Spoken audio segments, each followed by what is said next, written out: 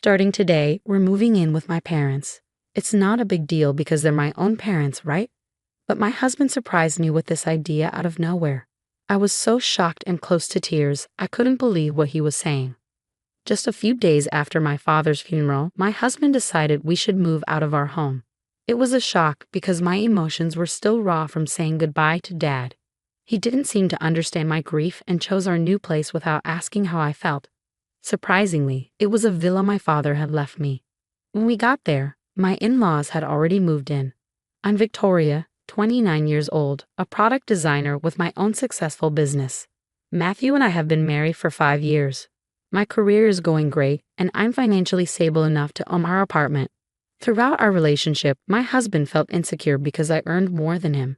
Instead of being happy for me, he saw it as a competition, acting immaturely and choosing rivalry over support.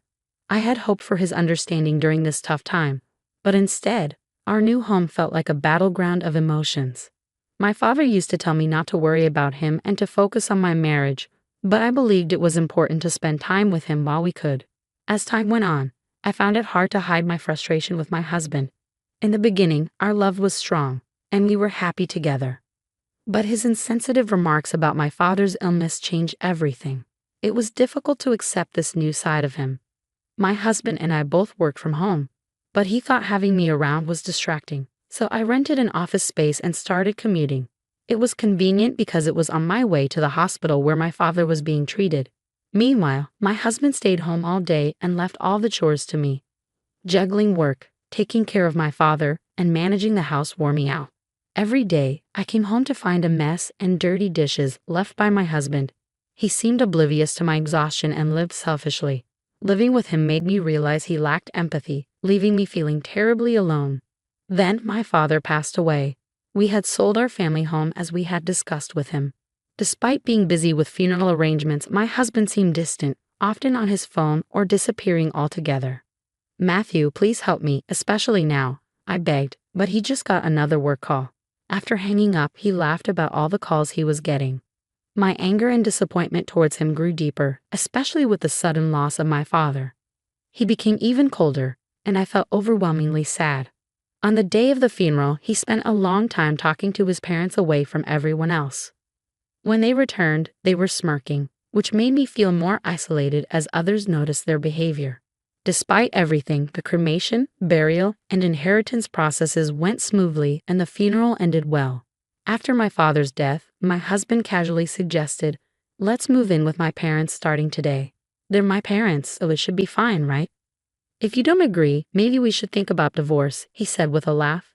But I couldn't stay calm after such an unreasonable proposal, especially while grieving. "How can we live there? We don't have any extra rooms in this apartment, do we?" I questioned. Actually, one room in our apartment served as an office and storage for my husband's work stuff. Since we didn't have kids, he used it freely. "We have that villa you inherited," he replied, smiling. I was shocked.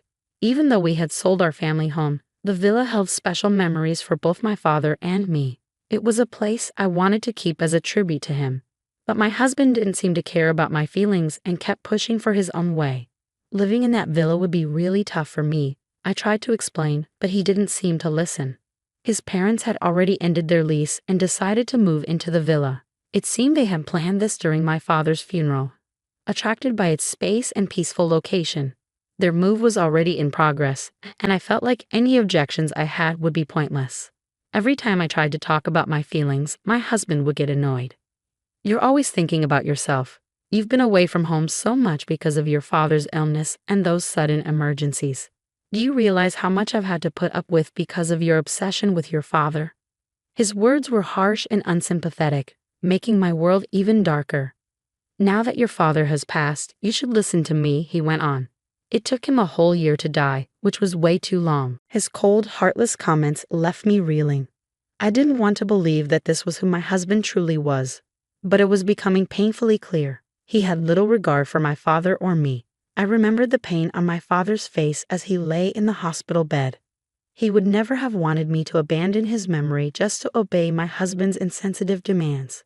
My husband's lack of empathy was crushing, and I felt more and more alone in my grief and in my battle to honor my father's legacy. In that moment, any love I had for my husband vanished. My heart ached as I considered his apparent excitement about gaining the villa while I was supposed to be grieving for my father. Despite the storm of emotions inside me, I kept my composure and cautioned him, "You may think living in the villa is a good idea now, but you might regret it later." He seemed determined, so reluctantly I agreed to his plan. Taking only a few essentials, I left our home. My husband looked puzzled by my sparse belongings, but I simply told him, "I'll get the rest later." Honestly, I had no desire to say another word to him. It hurt to face my in-laws, who seemed to have eagerly awaited my father's death and were now moving into the villa with enthusiasm. I followed my husband in silence. The one thing I couldn't bear was the thought of my beloved place being subject to his whims. The villa, a single-family home near the sea, sat in an average neighborhood but was still conveniently close to the city center. Its land held great value. Stepping out of the station, memories of my childhood flooded back. My mother was alive then, and I remembered my father carrying me home on his back after I fell asleep on the train. Arriving at the villa, I found my in-laws already inside. Suspicion crept in. It seemed my husband had secretly given them a key without telling me. This realization made me even more uneasy. The fact that my in-laws had planned their move without consulting anyone only added to my distrust. As I looked around, as I watched my in-laws, I could see the excitement in their eyes as they imagined their new life in our family home, the villa. It was filled with sturdy furniture carefully chosen by my father, with eclectic European-style furnishings likely picked out by my mother, each piece holding sentimental value. Yet, they seemed oblivious to the true beauty of the villa. "Isn't it perfect? Goodbye cramped apartment living. We're blessed to call this place home now," they exclaimed. The view from the second floor was truly breathtaking. It reminded me of my father's quiet pride in this special place, a stark contrast to my in-laws' insensitive excitement. Amid their excitement over what they dubbed the marvelous House of Secrets, my husband and his parents' enthusiastic comments only grated on my nerves. It seemed they were completely ignoring the emotional weight of my father's passing, treating the villa as nothing more than a fortunate inheritance. The location and the house are both flawless. "We're lucky your father left us this magnificent villa. We owe him our thanks," my husband remarked thoughtlessly, sharing laughs with his parents as they cracked open beers to celebrate their new living situation. As I prepared snacks for them, cherished memories of moments spent with my parents around the dining table felt overshadowed and tainted by the current atmosphere. I chose to bury my emotions and soldier through the night. The next morning, the mood was abruptly shattered by my mother-in-law's piercing scream echoing through the villa. As I hurried to see what had happened, I found her on the bathroom floor, gripping her foot with a panicked expression. "The floor just gave way under me," she gasped, still shaken from the shock. My husband and father-in-law looked puzzled. "The floor seems fine. You probably just slipped," they suggested casually, brushing off her concerns. They examined the area she pointed to, but the floorboards appeared smooth and perfectly aligned. However, she insisted, "I'm certain the floor collapsed." As they continued their cursory inspection, I intervened. "Have you tried stepping on that slightly different colored part of the floor?" I asked, surprised. They all focused on the spot I indicated. Stepping forward, I pressed down on the discolored section with my slippered foot, and immediately the floorboard made a distinct sound and slightly sank. But the moment I lifted my foot, it snapped back into place. "What was that?" they exclaimed simultaneously. If someone stepped on it without knowing, they'd think the floor had collapsed. "Look, the floor sinks a bit. It's like a trap," I clarified. "That's dangerous. Is there something wrong with this house?" They reacted, suddenly concerned. Their previous disregard for the sentimental value of the villa to me seemed momentarily forgotten as they faced the unexpected reality of its physical quirks. I calmly explained the situation, and they all looked at me with surprise and skepticism. "It's not a flaw," I assured them. "My father deliberately installed these features. This house is what you might call a mechanical mansion or a trick house." "Why would he do that?" they asked, perplexed. "Well, my father was a huge fan of ninjas. He invested a lot of time and money in this villa, which was not only his pride and joy, but also a showcase of his creativity," I explained. "As a child, I often came here while he worked on the house's mechanisms or added new ones. That's why the villa is full of traps and clever contraptions, like a shelf you shouldn't touch, a floorboard that drops when stepped on, a door that only opens in a specific sequence, hidden doors, and even secret rooms." This house is a reflection of my father's dreams and his inventive spirit developed over many years. Of course, this place is familiar to me, having visited since childhood and learned from my father how to navigate all these traps. I have no trouble with them. But it's a different story for my husband and in-laws who are unfamiliar with it. I warned you that living in this villa would be challenging. I also mentioned it's a place filled with my father's memories. My father's fascination with ninja gadgets was widely known among our relatives. What surprised me was that my husband and his parents had been oblivious to it. At first, my husband claimed he hadn't heard about it, but now he was speechless. My in-laws were equally taken aback by this revelation. With our apartment lease already canceled and nowhere else to go, they looked to my husband for guidance. Amid their confusion, both my father-in-law and husband accidentally triggered another trap, causing them to tumble. Seeing them sprawled on the ground, I couldn't help but chuckle. "Feel free to stay as long as you like," I said, my tone more sarcastic than sincere. They had been enchanted by the villa's luxury, ignoring my warnings and showing no interest in my father's hobbies. Now their oversight was catching up with them. Even my explanations about the trap dangers seemed to go unheard. "This won't be a problem. We'll adjust," my husband replied, trying to sound confident. I smiled knowingly, understanding his attempt but also aware of the challenges they would face in a house filled with my father's intricate contraptions. I informed them that I would return to the apartment to prepare for our move. However, my real intention was to stay behind. I needed some time alone to go through my father's belongings, finding comfort in the quiet. It gave me the space to gradually regain a sense of optimism and start envisioning my future. In just 2 days, my husband and in-laws had had enough of life in the villa. Meanwhile, my father's villa had become a minor attraction in the neighborhood. It was regularly featured in local newsletters as the trick mansion nestled in the residential area. Whenever the villa was occupied, curious locals and visitors, drawn by its reputation, would come to see the famous house.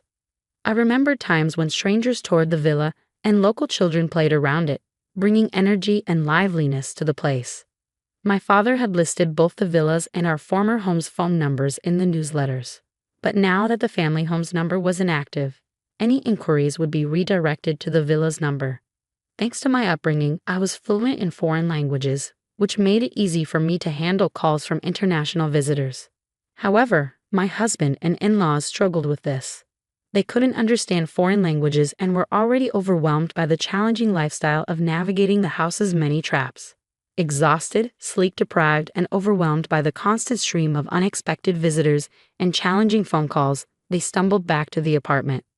"Why don't we all just live in this apartment together? Consider it," they suggested, desperate to escape the villa.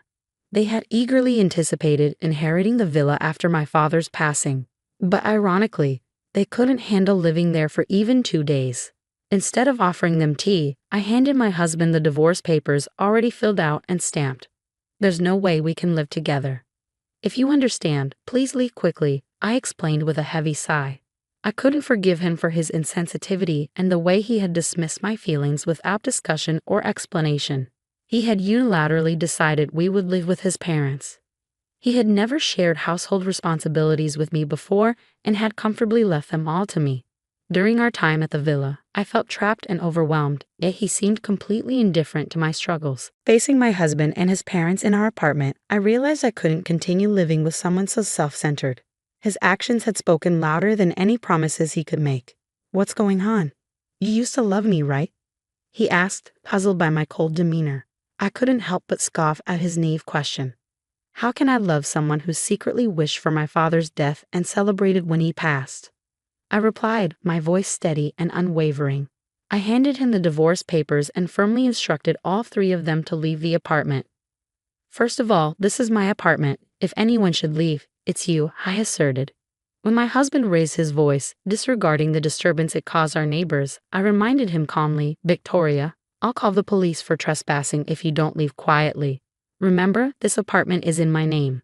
They fell silent, realizing the seriousness of the situation. They had relied on me for financial support, and now, with little of their own, they faced a harsh reality. Determined to cut ties before they could start their lengthy persuasions, I watched them leave. Neither my husband nor my in-laws had much in savings. After being kicked out of the apartment and unable to return to the villa, they ended up in a cheap, low-quality apartment, struggling to get by. The old apartment was so much better, they often complained. Initially, my husband felt guilty and apologized repeatedly. However, as time passed, his guilt turned into resentment towards his parents. Because of their age, they didn't work much, and their attempts were short-lived. Eventually, they used up all their savings and pension. The constant arguments drove a wedge between them as a family. The thin walls of their new apartment barely contained their daily disagreements. Even when they received noise complaints, they refused to apologize. Instead, they responded with hostility, making themselves unpopular with the neighbors. It seemed inevitable, but they would have to find another place to live soon. My husband, who had once enjoyed the convenience of working from home, now found himself in a cramped space with no proper workspace. This severely impacted his ability to focus, and as a result, his reputation and sales suffered. He struggled to make ends meet with a late-night job at a convenience store and was considering taking on multiple part-time jobs just to get by. In moments of clarity, my in-laws realized that letting their son make decisions for them had been their biggest mistake. During their frequent arguments, they blamed the villa's traps and each other. "If you had been more responsible, we wouldn't be in this mess," they would argue, pointing fingers but never acknowledging their own roles in their downfall. After the divorce, my career as a product designer took a significant leap forward. To cope with the grief of my father's passing and the chaos that ensued, I poured my creativity into designing with a unique twist, incorporating ninja-inspired elements inspired by my father's interests. I shared these designs on social media, where they quickly gained popularity. To my surprise, a major cosmetics company reached out, intrigued by my designs. They wanted me to create packaging with an Asian flair, incorporating ninja themes. Embracing the project, I saw it as a way to honor my father's memory. It turned out to be a huge success, propelling my career to new heights. I found solace in sharing updates at my parents' graves, telling them about my achievements and how their legacy continued to inspire my work. I decided to keep the villa, transforming it into a unique mechanical house filled with memories of my father. I organized tours and made slight adjustments to ensure it was safe for visitors, allowing locals and tourists to explore and enjoy it for free. Before long, the house garnered significant media attention. The income from this exposure was invaluable, helping to cover its maintenance costs. Moreover, articles about the house were translated into different languages, garnering support from international fans, including elderly enthusiasts who shared my father's passion for ninjas. I devoted myself to maintaining this enchanting place. The mechanical house buzzed with activity, especially popular among local children. "Is this the famous mechanical house? Where are the tricks? Show us," they'd eagerly inquire. With the help of local volunteers, we ensured everyone could play safely. Foreign tourists, in particular, were captivated by features like the hidden floorboard and secret doors. While losing my father and the upheaval of inheriting the villa led to my divorce, the gains have outweighed the losses. The villa has evolved into a treasure trove of memories that I now share with loved ones and visitors alike. It has also sparked a personal transformation, propelling me forward with renewed optimism and hope.